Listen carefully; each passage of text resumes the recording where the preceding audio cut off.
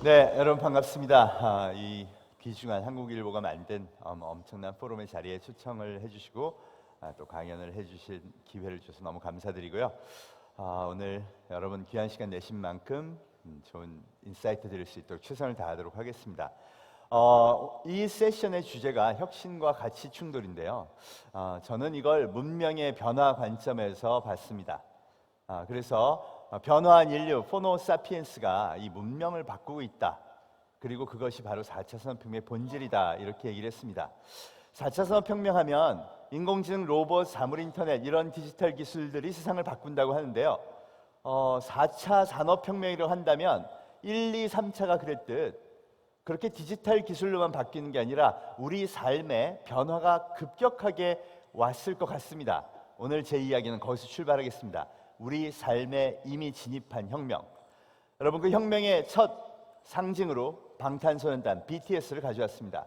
지금 신곡 발표하고 난리가 났죠. 전 세계 10대가 가장 좋아하는 아이돌 기네스북 기록을 마구 세우고 있습니다. 그런데 아이돌이 있는 거는 늘 있던 일인데 저게 무슨 혁명의 상징이냐고요. 이 아이돌이 성장한 생태계가 다르기 때문입니다. 여러분, 원래 방송에서 가수를 키우고요, 거대한 음악 네트워크 회사들이 자본을 투자하고 광고를 해서 그렇게 해서 세계 최고의 가수를 만드는 게 상식이에요. 그런데 여기는 전혀 다르죠. 데뷔도 유튜브로 하고요, 유튜브에서 뮤직비디오로 크고요, 얘들을 정말 세계 1위로 만든 건 1,400만 명에 이른다는 아미라는 팬클럽이 SNS 활동을 통해서 이걸 만든 겁니다. 전혀 다른 음악의 소비 생태계로 세계 최고의 가수가 나왔다. 이건 혁명적이라고 할 수 있죠. 그럼 그 힘을 갖고 있던 지상파 방송국은 어떻게 됐을까요? 여러분, 이게 지상파 방송국의 2002년부터 2017년까지의 매출 변화입니다. 특히 2010년 이후 작년까지요, 매출이 무려 절반이 줄었습니다. 어느 회사 걸 누가 먹은 게 아니고요, 전체가 다 떨어졌죠. 여러분, 매출이 50% 줄면요, 구조조정 50% 해야 됩니다. 우리는 늘 그런 얘기 들었어요. 중공업사에 매출이 줄어서 구조조정 50% 해야 됩니다. 여러분, 그게 아니라 대한민국 심장부 지상파 방송국에 이렇게 혁명이 찾아왔다는 것이죠. 저 혁명군은 누굴까요? 저 매출을 먹은 사람, 명백하게 네이버와 유튜브 같은 새로운 매체들입니다. 여러분, 앱 하나 달랑 만들어서요, 지난 30년간 철옹성이던 지상파 방송국 매출 50%를 날려버렸습니다. 이게 방송에 찾아온 혁명입니다. 은행으로 가볼까요? 작년 기준 금융기관의 입출금 이체 수단별 비중입니다. 텔레뱅킹, 인터넷뱅킹, 자동화기기 합하면 무인 서비스가 90.5%, 창구 처리 비중 9.5%입니다. 그럼 이제 산술적으로는요, 90% 지점 폐쇄해도 돼요. 실제로 시티은행 80% 폐쇄하고 실적 그대로 유지됐습니다. 아니, 더 좋아졌어요, 사실은. 최근에 모 은행에서 파업했더니요, 하루 만에 접었습니다. 이유는요, 파업했는데 잘 돌아가요. 댓글이 이렇게 달렸죠. 어머, 죄송해요, 파업하신 줄 몰랐어요. 여러분, 이게 은행에 찾아온 혁명입니다. 80% 지점 폐쇄해도 돼요. 대한민국 철옹성 중에 하나야 이 은행이 왔고요. 그럼 이걸 잠식하는 혁명군은요, 앱 하나 만들어서 700만 고객을 가져간 카카오뱅크, 토스, 새로운 금융들이요, 엄청나게 위협적으로 성장하고 있습니다. 유통 볼까요? 대한민국도 2018년 하반기부터요, 오프라인 상점의 매출이 주는 반면 온라인은 엄청나게 폭발적으로 성장하면서 연매출 100조 시대를 넘었습니다. 데이터가 보여주죠. 이 미래를 먼저 보여준 나라 미국입니다. 백화점 3분의 1 이미 문 닫았고요, 리테일샵 20% 오프라인 상점들 문 닫았습니다. 원인은 바로 아마존 때문이에요. 그래서 기존 기업은 다 위기가 왔다 그래요. 그런데요, 진짜 위기일까요? 아마존은요, 100년 만에 절대 불가침의 성형, 백화점 대형마트를 깨는 혁명의 기회를 잡은 겁니다. 그리고 실제로 125년 동안 그 지위를 끄떡없이 유지하던 백화점의 상징 시어스는 결국 파산했죠. 여러분, 이게 문명의 교체가 아니고 뭘까요? 우리가 매일 생활하는 방송, 금융, 그리고 소비에 있어서 거의 혁명적 변화가 이미 현실이 되어 있습니다. 데이터가 다 보여주고 있어요. 이 폐부에 깊이 들어온 이 혁명, 이건 우리가 알아야죠. 그런데 여기 인공지능, 로봇, 사물인터넷 아무것도 일도 지금 개입 안 한 상황입니다. 저는 대한민국 국민들이 이 혁명은 정확히 알아야 된다고 생각합니다. 그리고 준비를 해야 된다고 생각합니다. 왜? 우리 현실에 와 있으니까요. 어떤 준비를 해야 할 거냐? 그러려면 먼저 원인부터 알아야겠죠. 지금 말씀드린 모든 원인은요, 바로 이 스마트폰의 등장 때문입니다. 예, 스마트폰이 등장해서 TV 대신에 유튜브를 보게 된 거고요. 은행 가는 대신 이걸로 해결하고요. 백화점 가는 대신 이걸로 샀기 때문에 모든 현상이 일어나는 것이죠. 즉, 스마트폰 등장 10년 만에 집단적인 소비 행동의 변화가 발생한 겁니다. 그런데 대한민국에도 올해가 10주년인데요. 혹시 이런 방송 보셨나요? 이 혁신적인 기기를 빨리 배우고 써서 우리가 새로운 문명으로 갑시다 하는 개몽 방송 보신 분 아마 없을 겁니다. 한 번도 안 했으니까요. 반면 반대 방송은 지금도 매일 나옵니다. 가족으로부터 가족을 어떻게 스마트폰으로부터 지키나요? 중독으로 인해서 가치가 파괴되는 건 어떻게 하나요? 온갖 스마트폰의 부작용에 대한 방송은 엄청 나오는데요. 제가 궁금한 게 있어요. 그렇게 안 좋다는데 왜 그렇게 기를 쓰고 사서 배울까요? 대한민국 데이터로 보면 이제 90% 인구가 쓰기 시작했고요. 작년에 90% 넘었습니다. 전 세계로 보면 40억 인구가 스마트폰을 이미 쓰고 있습니다. 이유는 편해서라고 하죠. 이걸 생물학적 용어로 바꾸면요, 생존에 유리해서입니다. 여러분, 생존에 유리해서 인류가 집단적으로 자발적으로 선택한 현상을 진화라고 하고요. 여러분, 이게 진화라면 역사적으로 절대 역변이 없다고 얘기할 수 있다는 겁니다. 여러분, 이게 진짜 무서운 건요, 이 디지털 문명의 변화는 앞으로 절대 변하지 않고 더욱 확산될 거라는 겁니다. 그러면요, 미래는 정해져 있죠. 디지털 문명의 확산과 새로운 소비 방식, 새로운 인류의 생활 스타일은요, 이미 정해진 미래고요. 남은 건 우리한테 딱 하나밖에 없습니다. 아까 보셨듯이 자꾸 줄어드는 시장에서 이거 왜 이러지? 이걸 법으로 막아야 되나? 이러고 있다가 멸종되거나 아니면 100년 만에 찾아온 혁명의 기회의 문을 열고 들어가서 도전을 하거나 둘 중에 하나밖에 없는 거죠. 저는 대한민국이 이 기회의 문을 열어야 된다고 생각합니다. 여러분, 스마트폰을 든 이 새로운 인류를 포노 사피엔스라고 부릅니다. 2015년 영국의 이코노미스트가 처음 언급한 단어인데요. 생물학적 용어로 인간을 부르는 호모 사피엔스에 포노라는 라틴어를 하나 더 넣어서 스마트폰을 신체의 일부처럼 쓴 인류라고 정의한 것이죠. 이 새로운 인류가요, 지금 문명을 다 바꾸고 있는 겁니다. 대한민국 90%가 포노 사피엔스. 물론 레벨은 천차만별일 거예요. 이거 그냥 대충 전화기 쓰듯이 스마트폰 쓰는 사람도 많이 있고요. 어른들은 특히 그렇죠. 반면 생각해 보십시오. 1900 특히 90년 이후 태생들은요, 완전히 뼛속까지 스마트폰이 자기 신체의 일부인 사람들입니다. 그럴 수밖에 없어요. 태어났더니 세상은 인터넷에 연결돼 있고요. 누구를 만나건 놀이를 하건 뭘 하건 인터넷과 컴퓨터는 떼려야 떼놓을 수 없는 필수적인 도구였어요. 그러니 자기 머릿속에 스마트폰이 딱 드는 순간 인터넷과 컴퓨터가 자기 머릿속에 박히기 시작하고 도대체 이걸 떼낸 사람은 정의조차 할 수 없게 되는 거죠. 그 친구들이 새로운 비즈니스를 만든 거예요. 우버. 아니, 왜 스마트폰 없이 택시들을 타고 있지? 새롭게 만들어보자. 여행을 왜 스마트폰 없이 다니지? 에어비앤비. 왜 TV를 이렇게 보고 있을까? 넷플릭스, 유튜브를 만들어서 같이 공유하자. 이 새로운 물결이요, 어마어마한 기업들을 만든 겁니다. 여러분, 이게 만들어지고 그들이 지금 망했으면요, 절대 이런 혁명은 없었어요. 문제는요, 이 새로운 문명을 인류가 급속도로 전진해서 쓰기 시작했다는 겁니다. 이미 데이터상으로 보면 아까 지상파 방송국 매출 50%가 날아갔죠. 전 세계 시장의 30%가 이미 깨졌습니다. 그리고 혁명군이 그걸 차지하고 있고요. 이제 이건 절대 거스를 수 없는 문명의 교체입니다. 여러분, 혁명기의 문명의 교체가 어떤 거였냐? 우리는 1차 산업혁명 시대에 1850년에 한번 겪었습니다. 1차 산업혁명 후에 유럽에는요, 영국을 중심으로 기계종족이 탄생합니다. 엄청난 힘을 가진 이 새로운 기계종족은요, 당연히 전 세계로 식민지 개척을 나가고요, 조선과 일본에 도착합니다. 우린 이제 다른 선택을 했죠. 조선과 일본 두 나라는 이 혁명기에 다른 선택을 합니다. 조선이요, 아시는 것처럼 흥선대원군이 쇄국을 결정하죠. 여러분, 이게 옳다 그르다의 문제는 아니었습니다. 국가의 시스템과 안전을 보호하기 위해서 쇄국을 결정한 거예요. 단 보호하려고 했던 것은요, 기득권 양반층이었습니다. 일본은요, 여기도 막번이라는 그 세력이요, 쇄국을 결정합니다.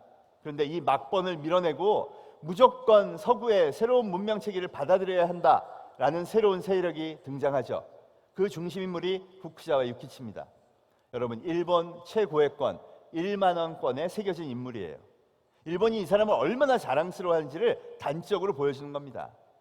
이 사람은 입헌 군주제를 만들고요, 헌법을 세우고요, 그동안 과거의 일본식을 전부 다 없애고 서구 문명을 그대로 받아들여서 유럽과 똑같은 국가로 일본을 세웁니다. 그게 1870년대 메이지 유신이죠. 그리고 40년, 그 시스템을 가동한 일본이 1910년 한일 합방을 합니다.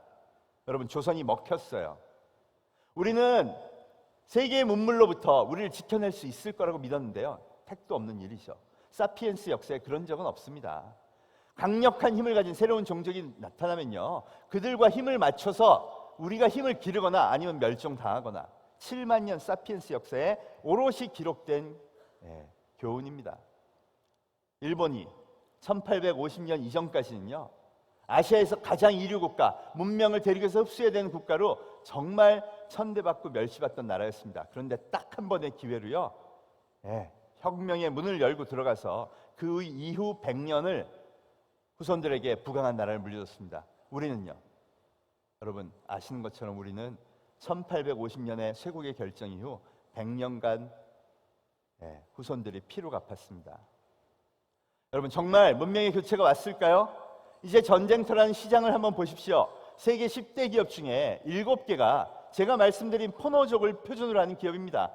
1위 마이크로소프트, 애플, 아마존, 구글, 이 미국의 4대 기업, 그 밑에 페이스북까지 5대 기업을 한번 보십시오.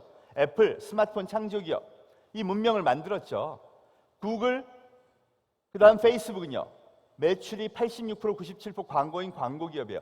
신문, 방송이 갖고 있던 광고의 영역을 새롭게 설정했죠. 폰을 든 인간은 신문을 안 보고 TV를 안 볼 거야. 그럼 어디서 시간을 보낼까? 새로운 광고 모델을 만들자. 그리고 그들을 흡수한 겁니다. 여러분, 마이크로소프트 왜 세계 1위로 복귀했다고 그런지 분석 기사가 나왔죠. 오프라인 영업 조직을 다 없앴어요. CD 팔러 다니는 조직을요. 요즘 노트북에 보면 CD기가 없습니다. 그런데 그 조직이 왜 필요하냐? 그리고 클라우드 시스템을 보강했습니다. 애조라는 클라우드 시스템, 그게 세계 1위가 되니까 자본이 바로 그냥 세계 1위로 올렸습니다. 고객 입장에서 보면요, 나 윈도우즈 쓸 거니까 CD 줘. 나는 인터넷이고 뭐고 안 배울 거야. 귀찮아. 그랬더니 그럼 고객님도 꺼지세요. 그런 겁니다. 인터넷 문명을 배워서 클라우드 서비스로 다운로드 받고 그걸 쓰거나 아니면 꺼지거나 이렇게 하고 세계 1위를 복귀한 게 마이크로소프트입니다. 여러분, 저게 미국의 5대 기업, 세계 5대 기업이에요. 그럼 저 기업들의 표준은요, 포노 사피엔스가 맞죠. 아시아에도 보십시오. 그 밑에 있는 알리바바, 텐센트, 폰을 든 인류가 아니면 사람으로 취급도 안 하는 기업이에요. 그리고 이게 공산당, 중국 공산당이 키우는 기업입니다. 50개 계열사 갖고 있고요, 알리페이, 위챗페이, 어마어마한 은행까지 갖고 있습니다. 알리페이 한번 보실까요? 그걸 만든 알리바바의 자회사 엔트파이낸스가요, 150년 전통의 금융회사 골드만삭스의 시총을 최근에 넘었습니다. 창업한 지 4년 만에요. 이제 83조 기업이 됐어요. 그런데 여러분, 알리페이 한번 보십시오. 폰이 없으면 정의조차 안 돼요. 이게 공산당이 추구하는 겁니다. 우리 문명은 폰을 든 인류를 포노족의 대표 디지털 문명으로 바꾸겠다. 이게 중국과 중국과 미국의 대표 기업입니다. 저 7개 기업에 어느 정도의 자본이 모였는지 보십시오. 시총을 합했더니 5,500조입니다. 대한민국 시총은요, 여러분 코스피 코스닥 다 합해 2,000조예요. 그런데 5,500조의 자본이 모여서 이렇게 얘기를 합니다. 포노족의 비즈니스 모델을 만드는 쪽에만 돈을 써. 그럼 4차 산업혁명의 전쟁터에서 자본이 전하는 메시지는요, 한국에도 포노 사피엔스 문명의 표준 모델을 보여줘. 그럼 내가 성공시킬게. 내가 투자할게. 새로운 잡을 만들어줄게. 새로운 기업을 키워줄게. 그런데 왜 안 될까요? 다 불법이거든요. 상징적으로 국민의 상식에 우버는 불법, 에어비앤비 불법, 빅데이터 불법, 클라우드 서비스 불법, 대부분 다 막아놨습니다. 네, 명백하게요. 그러니까 어렵죠. 네. 우버 한번 볼까요? 오늘 뭐 큰 타이틀이 그거니까. 일단 데이터는 이렇습니다. 우버가 표준인 나라, 미국, 중국, 그리고 동남아, 인도입니다. 인구 여기 합하니까 40억. 올해 기준으로 상시적으로 우버 유사 서비스 쓰는 사람들 수 세니까 10억을 넘었어요. 아까 뭐 우버나 리프트가 별 의미 없다 그러지만 우버 이번에 상장 준비합니다. 첫 기업 시가총액 상장 금액으로 시가총액 하니까 112조 나왔습니다. 여러분, 우버가 우리나라에 오면요, 삼성전자에 이어서 기업 가치 넘버 2예요. 리프트가 경쟁 기업인데 상장해서 지금 현재 오늘 시총이 18조가 넘습니다. 여러분, 우리 상식으로 이게 말이 됩니까? 왜 우리 상식이 안 맞느냐? 우리는요, 이 문명의 표준을 어른들이 안 받아주기 때문입니다. 스캇 갤러웨이 교수는요, 포노 사피엔스가 뭐냐 하는 문명을 더 4라는 책에서 잘 정의했습니다. 스마트폰 만든 기업 애플, 구글, 페이스북, 아마존이 더 4라는 4개의 기업인데요. 저걸 자유자재로 쓰는 인류. 지식은 항상 검색하고요. 새로운 지식은 내가 언제든지 다운받아서 쓸 수 있고요. 페이스북, 인간관계는 전부 이런 SNS를 통해서 맺어서 영역도 경계도 없이 사람들과 교우할 수 있고요. 쇼핑몰은 내 손 안에 있다고 생각하는 인류. 이게 뼛속까지 포노 사피엔스입니다. 여러분, 우리 상식이 왜 저거랑 안 맞냐고요? 우리가 애들을 어떻게 교육시키나 보십시오. 최근 스카이캐슬이라는 드라마에서 보여줬죠. 가능하면 우리 애들은 수능 볼 때까지는 스마트폰 못 쓰게 한다. 이게 대한민국 상식이에요. 그럼 어떻게 될까요? 훌륭한 대학에 갈 수 있는 인재는 됩니다. 그런데 보십시오. 걔를 못 쓰게 하면요, 어려서부터 머리가 되게 잘 돌아갈 때 스마트폰을 못 써요. 그러면 지식을 검색할 수 있는 길을 잃어버립니다. 그거 못 찾아요. 친구는요, 당연히 끊기죠. 그러니까 부모가 원하는 환경이 됐네요. 오로지 시험 공부만 잘할 수 있어요. 10살 때부터 18살 때까지 뇌가 가장 발달할 때 검색하는 인류, 새로운 생각을 만들고 관계를 맺는 인류는 못 되고요. 오로지 수능 시험 잘 보는 기계로 만들게 됩니다. 그래서 좋은 대학에 점수를 얻어서 갔어요. 가면요, 이미 저 영역에서 잘하는 애들은요, 날고 기는 자기의 아이덴티티, 아성을 완전히 사이버 세계에서 구축하고 그 능력을 발휘하고 있는 애들을 만나게 됩니다. 그 아이는 어떻게 생각할까요? 와, 차라리 난 여긴 접는 게 낫겠다. 아직도 우리나라 어른들은요, 부모는요, 좋은 대학 가고 좋은 성적 받는 친구 그런 거 좋아하니까 역시 여전히 시험에만 계속 집중합니다. 각종 자격증 시험, 특히 공무원 시험, 각종 고시, 거기만 집중하죠. 그리고요, 대학을 졸업해요. 만약에 서울대학교를 나왔고요, 토익, 토플에 각종 좋은 점수 나왔다고 해도요, 이 친구가 못 가는 회사가 있습니다. 아까 말씀드렸던 세계 7대 기업이요. 여러분, 유튜브에 가서 인터뷰를 합니다. 유튜브의 발전 방안에 대해서 얘기를 해주시겠어요? 저는 유튜브는 없어져야 된다고 생각합니다. SNS를 활용하는 전략, 마케팅 전략에 대해서 얘기하면 SNS는 인생의 낭비라서 저는 한 번도 해본 적이 없습니다. 여러분 같으면 뽑겠습니까? 그럼 보수적인 은행에서 뽑으면 되겠네요.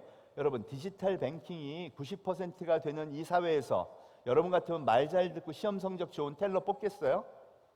아니, 좀 더 깊이 들어가 볼까요? 여러분이 회사를 차렸다면 어떤 인재가 필요하세요? 시험 잘 보고 부모 말씀 잘 듣고 저런 문명 하나도 모르는 친구, 아니면 뼛속부터 저걸 알아서 내 사업을 시작한다 그러면 여기에 맞는 비즈니스 모델은 제가 만들어 드릴게요. 이런 사람 뽑고 싶으세요? 우리도 안 쓸 인재를 왜 우리는 키우고 있는 거죠? 그리고 그 제도를 바꿀 생각은 전혀 하지 않고요. 여러분, 평평한 운동장은요, 새로운 문명 기준, 대륙의 기준과 맞춰야지 우리 어른들의 지금 보고 있는 편협한 시각으로 봐서는 절대로 만들 수 없다는 겁니다.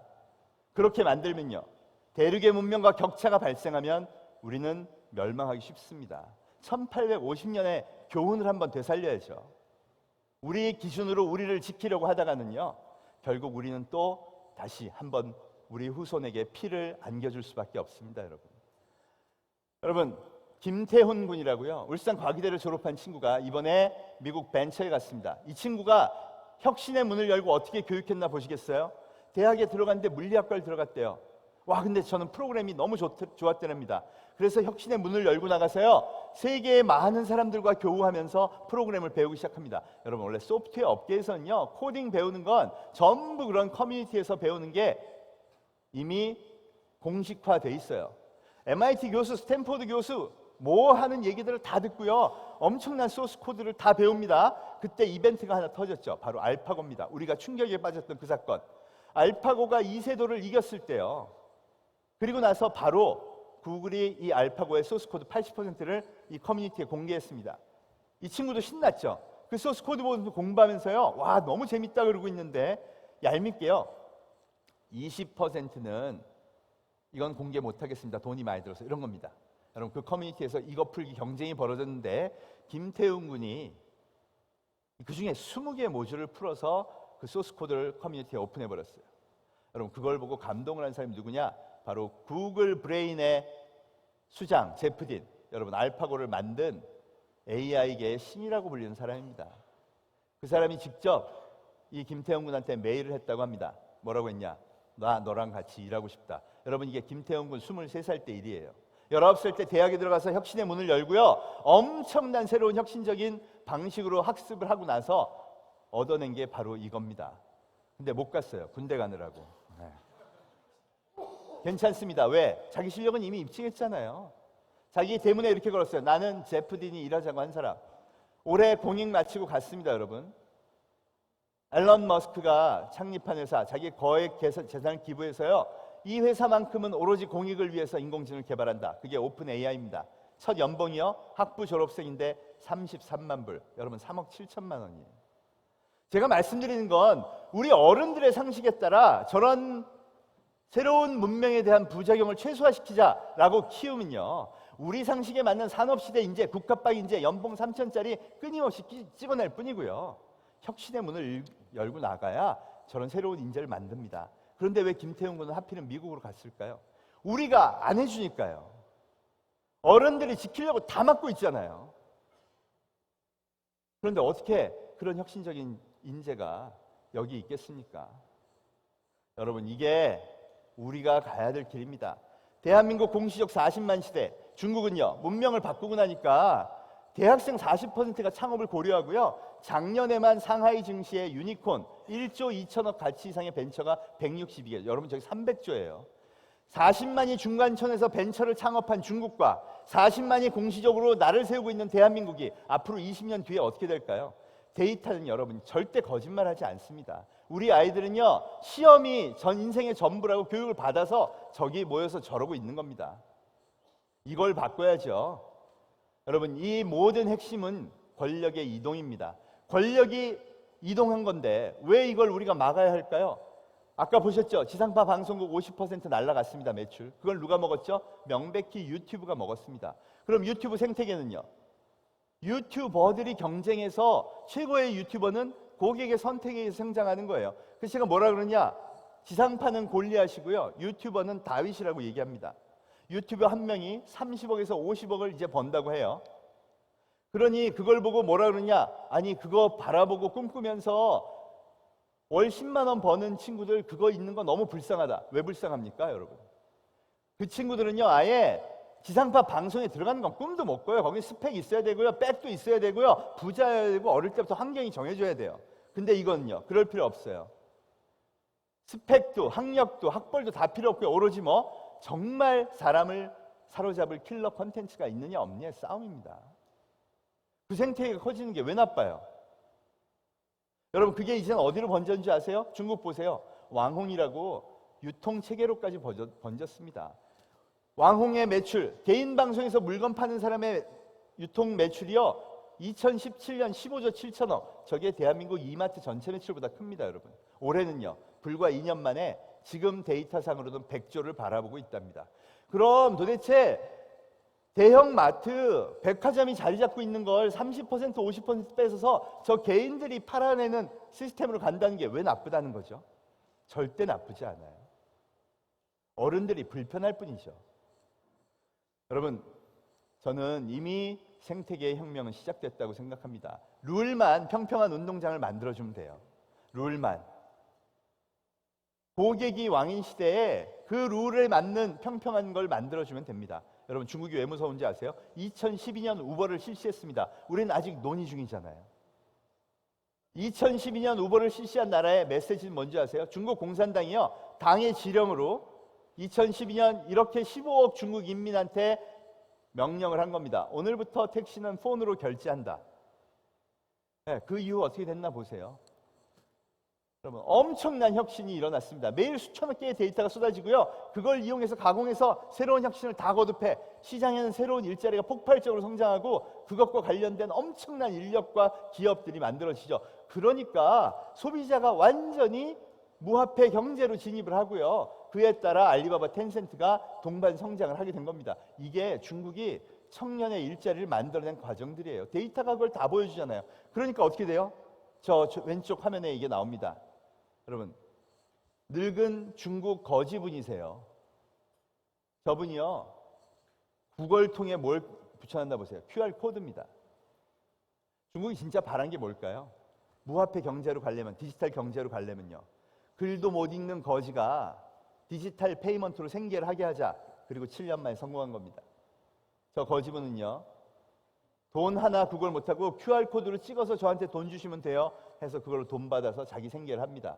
여러분, 이게 중국의 기저 가장 밑바닥에 있는 상식들이에요. 대한민국은요, 아마 언론사들 다 이거 기억하실 겁니다. 네, 무인 주문기 하나 나왔더니요, 득달같이 저거 달립니다. 이 불쌍한 소외된 노인은 어떡하나요? 어떻게 하자는 거죠? 디지털 문명에서 이렇게 소외된 노인들 많으면요, 그럼 다시 되돌아가나요? 중국은 거지 80 먹은 할아버지가 저거 배워서 저렇게 딱 뿌듯해 하는데 어떻게 배웠을까요? 미래는 정해져 있으니까요. 그러니 손잡고 함께 미래로 가야죠.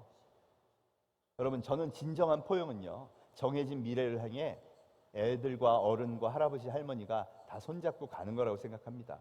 그 분위기를 만드는 게 진짜 대한민국의 미래를 위해 필요한 거 아닐까요? 여러분, 대한민국 미래 30년, 저는 이 자료를 준비하면서요, 확실히 잘 될 수 있다고 생각했습니다. 왜? 제조업이 보여준 기적이 있으니까요. 여러분, 대한민국의 베이비붐 세대, 1950년대, 40년대 이때 태어나신 분들이 어떤 분들인 줄 아세요? 그때 1인당 국민소득이 50불이었습니다. 여기 고렌플로우 분은요, 그때 부모님 세대나 지금 세대나 국민소득 똑같은 나라에서 오신 분이에요. 우리는요, 아프리카 튠지에서 태어나서 자기 손으로 저 엄청난 기술들을 만든 다음 3만 불 시대를 연 사람들의 나라입니다. 저는 그래서요, 지키고 싶어하는 마음이 얼마나 강할까 솔직히 전 이해가 돼요. 저도 60년대생이니까요. 여러분, 이분들은요, 돌아가면 아프리카로 돌아갈 것 같은 두려움이 있어요. 그러니 저항하고 싶죠. 그런데 함께 가야 됩니다. 왜? 이것도 오로지 사람의 힘만으로 우리가 기적처럼 만들었잖아요. 이런 나라가 어디 있어요? 그럼 새로운 문명으로 가면 잘할 거냐고요? 보세요. 방탄소년단, 상어의 노래, 새로운 TV 컨텐츠들이요, 어마어마한 세계적 팬덤을 만들어내고 있습니다. 여러분, 광고도 안 했는데 세계 최고가 돼요. 우리한테 잠재력이 있어요. 왜 여태까지 못했냐고요? 저희 세대 때 팬덤을 만들어야 되고 사람들을 좋게 만들어야 되고 매력적인 걸 만들어야 된다고 배운 적이 한 번도 없어요. 우리는 뭐만 배웠죠? 기술을 익히고 제조를 익혀서 일본을 따라잡자만 배운 겁니다. 그런데 이제는요, 일본보다도요, 아시아 어떤 국가보다도 컨텐츠의 파워에 있어서는 팬덤을 만들 힘이 우리한테 더 있다는 게 데이터로 증명이 됐어요. 데이터로만 본다면요, 대한민국의 미래가 아시아에서 가장 좋습니다. 여러분, 우리는 이미 제조업에 엄청난 디테일을 갖췄고요, 그 위에 팬덤의 가능성을 이미 봤어요. 대한민국 어른들이요, 그래, 제조업의 비중은 줄이고 저 팬덤의 파워를 앞으로 뭉쳐서 세계인이 좋아할 진짜 멋진 제품, 서비스, 컨텐츠를 만들어서 새로운 세상으로 가자. 이러면 잘할 수 있습니다. 어른들은요, 지금 뭔가를 잘못 보고 있어요. 여러분, 지금 청년들이 관심 있는 건 새로운 문명의 창조입니다. 지금 있는 재벌을 때려잡자, 뭘 하자, 이런 거에 관심 있는 게 아니에요.